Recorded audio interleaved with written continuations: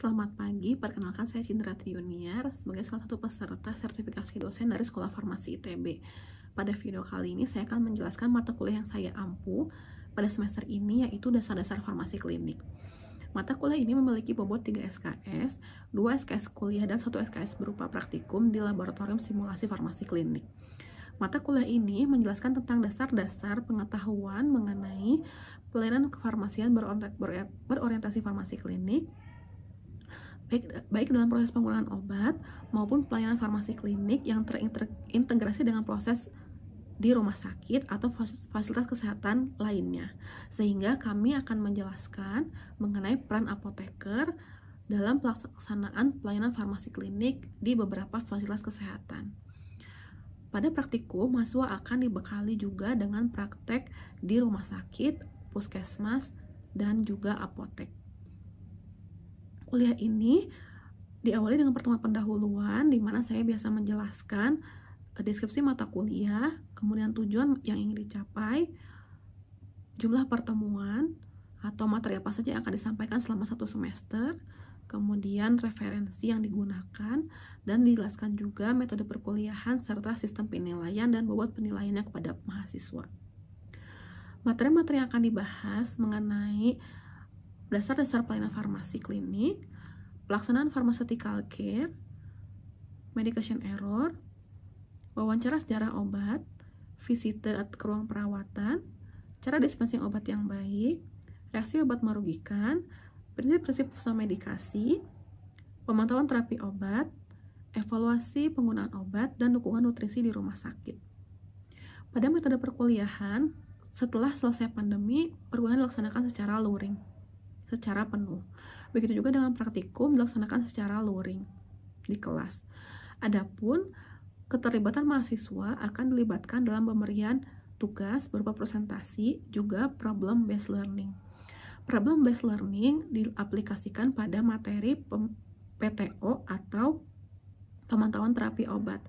Pada materi PTO, mahasiswa akan diberikan studi kasus, kemudian mereka akan menganalisis kasus sesuai dengan materi yang telah disampaikan sebelumnya untuk mengkaji dan menyajikan PTO sesuai dengan kasus yang diberikan. Selain itu, mahasiswa juga akan diberikan tugas berupa makalah ya, yang juga membahas tentang bagaimana peran apoteker di beberapa fasilitas kesehatan. Misalnya seperti dukungan farmasi di rumah sakit, dukungan nutrisi di rumah sakit. Untuk penilaian dilakukan melalui ujian, penilaian tugas, dan juga bobot nilai praktikum. Untuk nilai praktikum bobotnya sebesar 10%, sedangkan untuk pertemuan di kelas bobotnya sebesar 90%, di mana bobot UTS 35%, bobot UAS sebesar 35%, dan sisanya atau 20% adalah melingkupi tugas presentasi, problem based learning atau case based learning, dan juga tugas-tugas lainnya berupa makalah. Tujuan mata kuliah ini secara khusus adalah untuk membekali mahasiswa mengenai peran apoteker atau peran farmasis dalam melaksanakan pelayanan farmasi klinik di berbagai fasilitas kesehatan seperti di rumah sakit, apotek, maupun puskesmas. Secara umum, beberapa pelayanan farmasi klinik dijelaskan pada materi perkuliahan. Yang kedua, mengharapkan agar mahasiswa dapat mendemonstrasikan praktek konseling pasien atau pemberian informasi obat kepada pasien pada setting beberapa tempat pelayanan kefarmasian. Yang terakhir, tujuannya adalah untuk membantu mahasiswa agar mahasiswa mampu untuk menganalisis kasus dan memberikan solusi terbaik dari permasalahan obat yang diterima oleh pasien.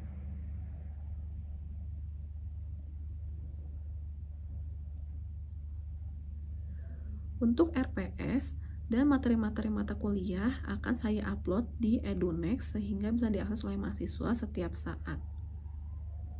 Materi pembelajaran diambil dari beberapa pustaka, misalnya jurnal-jurnal terkait dengan materi perkuliahan, misalnya jurnal terkait dengan therapeutic drug monitoring atau pustaka lainnya dari American Pharmaceutical Association, kemudian dari ASHP atau American Society of Hospital Pharmacists, lalu ada Harrison's Manual of Medicine, juga beberapa panduan atau pedoman dari Kementerian Kesehatan, misalnya standar pelayanan kefarmasian di rumah sakit, standar pelayanan kefarmasian di apotek, juga standar pelayanan kefarmasian di puskesmas. Untuk materi somedikasi kita juga menggunakan panduan dari Kementerian Kesehatan berupa pedoman penggunaan obat bebas dan terbatas dari Kementerian Kesehatan. Ada satu buku yang digunakan sebagai acuan utama juga, yaitu buku yang disusun oleh Bapak Charles Siregar dan Bu Endang Komolosasi serta Ibu Lia Amalia mengenai farmasi klinik teori dan terapan. Untuk ujian akan dibagi menjadi 2, yaitu ujian tengah semester dan ujian akhir semester.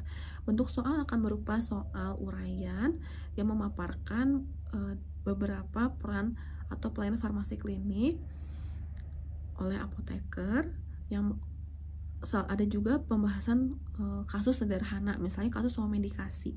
Untuk kasus atau case based learning disampaikan dari PTO dan dinilai dari presentasi.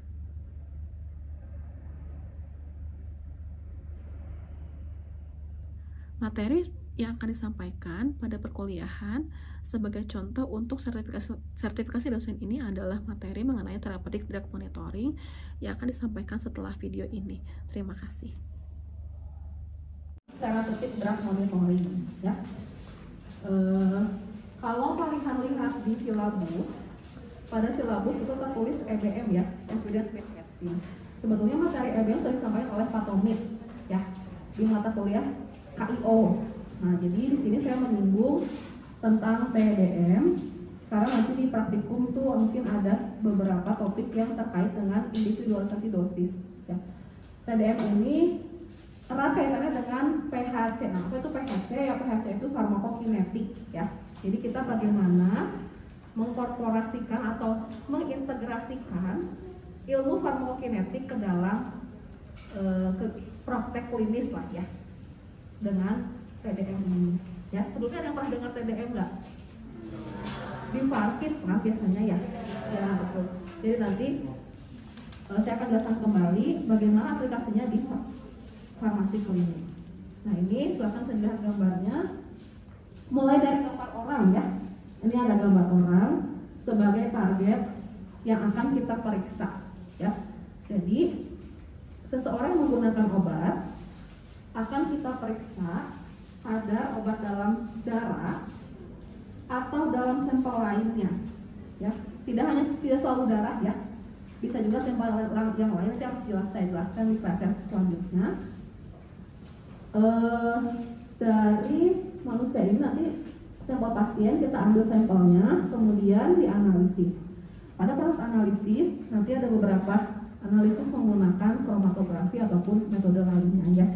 Ada yang menggunakan sensor, ada juga yang menggunakan immunoassay atau yang lainnya. Hasil analisis akan disampaikan ke tenaga kesehatan yang bisa dilihat di gambar berupa gambar stetoskop. Nanti diinterpretasikan dan ada medical judgment atau dinilai kira-kira dengan hasil lab seperti ini, hasil lab dan juga kadar obat dalam darah yang sekian harus seperti apa di adjust atau di personalisasi dosis obatnya, ya. Bagaimana kita menentukan atau menghitung kadar obat di dalam darah untuk mempersonalisasi dosis, ya, mempersonalisasi dosis. Nah, pada pertemuan dengan saya, jadi ada beberapa bagian yang ingin saya bahas. Tidak semua dibahas hari ini, ya. Yang hari ini dibahas berwarna hitam dengan font berwarna hitam. Untuk pertemuan minggu depan dengan font berwarna biru. Jadi hari ini akan saya bahas pendahuluan terlebih dahulu, kemudian ada tujuan, targetnya apa sih dilakukannya TDM ini, kemudian indikasi atau mengapa atau kapan diperlukan TDM. Karena tidak perlu semua dilakukan TDM, ya. Nanti sampelnya menumpuk gitu. Yang masa kita pakai paracetamol, demam terus diperiksa gitu, ya. Itu tidak rasional juga. Jadi ada target-target tertentu kapan dilakukan TDM, saya jelaskan. Kemudian ada proses TDM itu sendiri seperti apa, samplingnya, kemudian pemeriksaan TDM-nya dengan metodologi apa, dan preparasi sampel. Ya. Karena beberapa sampel cairan tubuh manusia mungkin memerlukan preparasi terlebih dahulu ya. Gitu. Nah, sebelum masuk ke dalam TDM itu sendiri, nah ini mereview dulu ya proses penggunaan obat, medication use process. Di pertemuan pertama, Bu Lis sudah menjelaskan biasanya tentang proses penggunaan obat. Ada yang masih ingat nggak? Ada yang mau jawab? Proses penggunaan obat, mulai dari obat diresepkan dulu, setelah itu apa? Ada yang angkat tangan, coba yang mau jawab. Silahkan. Namanya siapa? Oh, Iqbal, oke.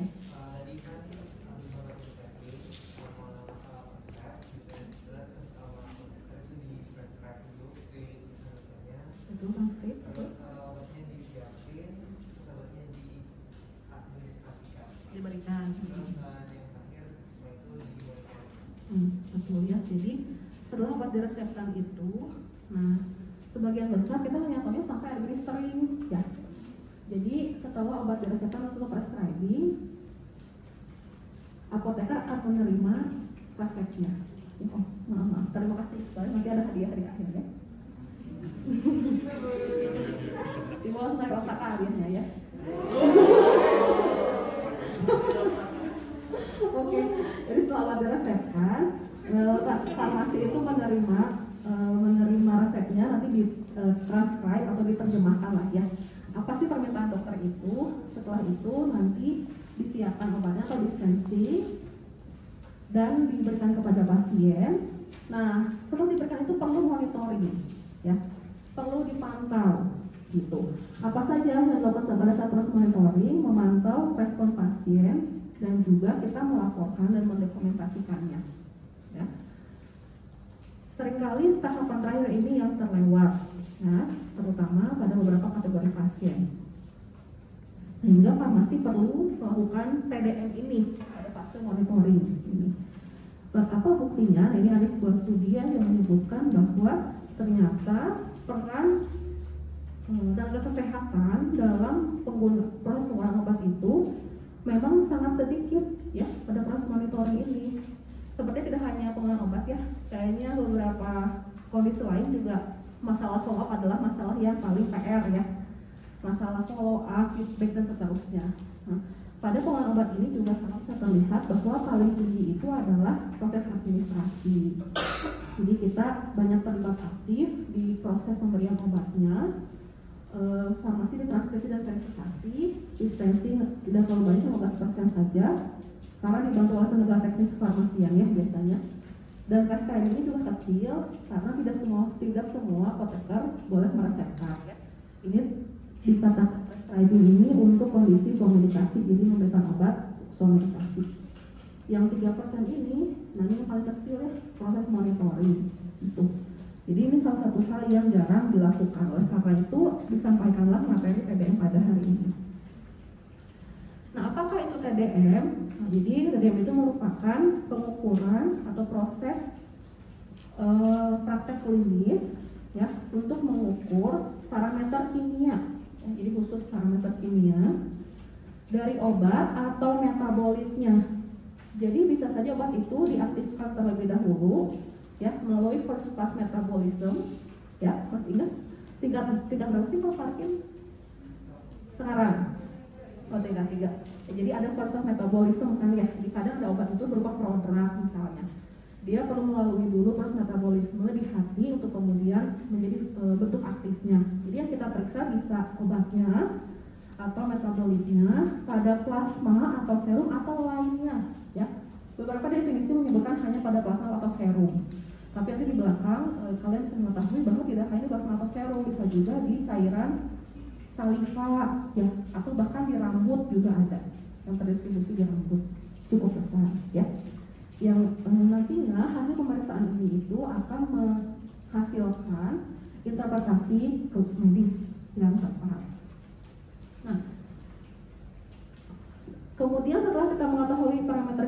ini akan memandu pada penyesuaian dosis obat, ya. Kenapa perlu penyesuaian? Karena obat itu memberikan respon yang berbeda akibat suatu kondisi tertentu, namanya interindividual variation, ya.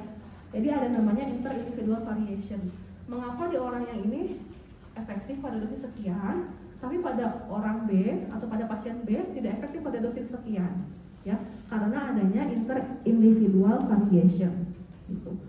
Nah, sehingga karena adanya variasi ini diperlukan penyesuaian dosis dan memastikan agar obat itu efektif dan aman, ya. Jadi dua hal ini yang kita ingin capai. Obat itu efektif digunakan oleh pasien, yang kedua dia aman juga digunakan oleh pasien, sehingga diperlukan penyesuaian dosis akibat adanya variasi interindividual. Nah, tidak hanya menilai konsentrasi obat, ya. Jadi kalau ada istilahnya therapeutic drug monitoring, ya, hanya memantau konsentrasi obat di dalam darah, ya. Tapi sebetulnya tidak hanya itu, ya. Nantinya ada banyak hasil interpretasi klinis yang berguna, ya, yang berguna dari TDM ini. Nah, TDM ini juga nanti akan mempengaruhi proses peresepan, ya, ketika seorang farmasi mengkombinasikan ilmu farmasetika, ya, farmakokinetik dan farmakodinamik, ya. Ilmu farmasetika itu gimana, Bu, kira-kira ya penyesuaiannya? Jadi obat itu kan punya beberapa bentuk sediaan, ya, dan setiap bentuk sediaan itu punya karakteristik. Nah, kita belajar, farmasis itu belajar untuk menilai atau mengintegrasikan ilmu. Kalau bentuk sediaannya A, maka fase farmakokinetiknya apa, dan fase farmakodinamik yang akan terjadi itu apa, gitu, ya. Jadi dikaitkan gitu. Terutama untuk fase farmakokinetik, ya, yang dipengaruhi. Kalau fase farmakodinamik nanti ada respon dari reseptor ataupun metabolisme yang substrat misalnya, ya, nanti akan jelaskan, ya. Nah, itu perlu pengintegrasian antara tiga ilmu ini. Kemudian tujuannya juga untuk menilai efektivitas dan safety dari beberapa obat. Jadi memang kadang beberapa obat itu tidak bisa kita nilai dari respon yang muncul pada pasien. Seperti tekanan darah, obat untuk hipertensi misalnya, ya. Kita bisa melihat kan, oh kalau tekanan darahnya turun maka dia efektif. Nah, ada beberapa obat yang kita tidak bisa menilai dari outcome terapinya langsung, ya, ada keturunan sehingga diukur dari konsentrasi obatnya. Yang terakhir, TDM ini bisa mendukung terapi obat yang optimum dengan menjaga kadar konsentrasi obat pada rentang terapeutiknya, ya. Jadi ada yang yaitu suka turun, jadi harus juga ditambahkan lagi obat, ditambah lagi onsetnya agar tetap terjaga pada rentang terapeutiknya.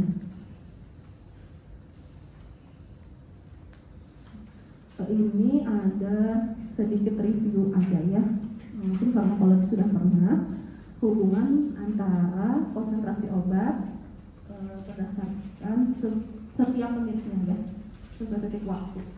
Jadi ada namanya itu onset, kemudian ada efek puncak atau efek optimal, ya, misalnya, lalu ada durasi of action atau durasi kerja obat.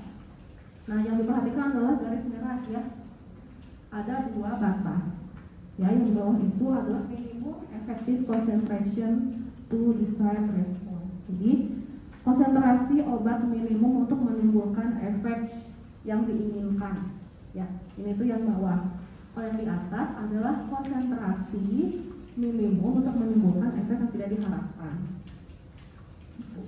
Biasanya efek toksik, ya, karena kalau efek samping terjadinya pada dosis normal, ya, dosis di sini gitu kalau efek samping.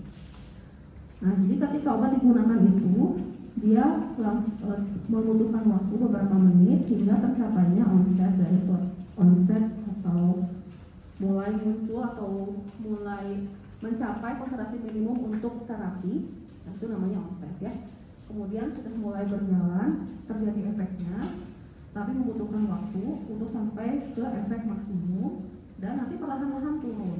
Nah, TDM ini menjaga agar jangan sampai dia terlalu turun jauh agar efeknya tetap optimal di steady state atau di sini ya, di therapeutic range-nya, di jendela terapeutiknya. Untuk beberapa obat tertentu, ya, tidak semua obat seperti itu, ya. Contohnya misalnya fluorouracil.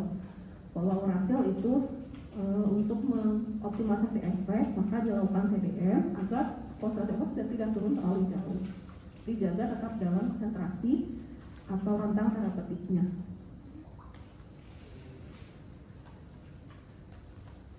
Nah, ini tadi yang saya sampaikan, kita membutuhkan integrasi antara keilmuan farmaseutik, farmakokinetik, dan farmakodinamik. Ya, ini contoh bagaimana beberapa jenis preparasi itu bisa memberikan efek yang berbeda. Ya, ada sediaan A, ketika diberikan ini langsung tinggi. Ya, kira-kira apa sediaan apa yang diberikan langsung tinggi? Injeksi, ya, yang itu secara parenteral ya. Injeksi langsung terdistribusi secara parenteral langsung tinggi. Ya. Nah, kalau yang B ini biasa obat oral ya, yang hijau ini obat oral, yang biru ini biasa obat oral tapi dengan onsetnya cukup lama, ya. Nah, malah obat ini tidak efektif, gitu. Di bawah tentang dosis efektifnya. Bisa jadi kalau kegagalan formula atau ada respon atau ada variasi interindividual juga ya, sehingga obatnya tidak bisa mencapai konsentrasi optimum.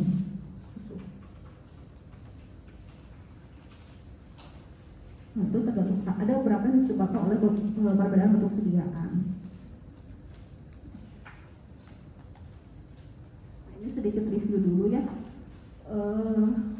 kaitan antara dosis obat dengan efek yang diharapkan.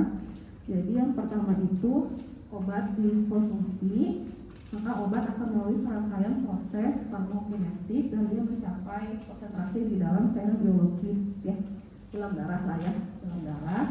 Kemudian nanti akan tercapai konsentrasi di site ya, di lokasi yang diharapkan. Kan tidak, kan obat itu tidak bekerja di darat ya, tapi harus mencapai ke sisi targetnya gitu.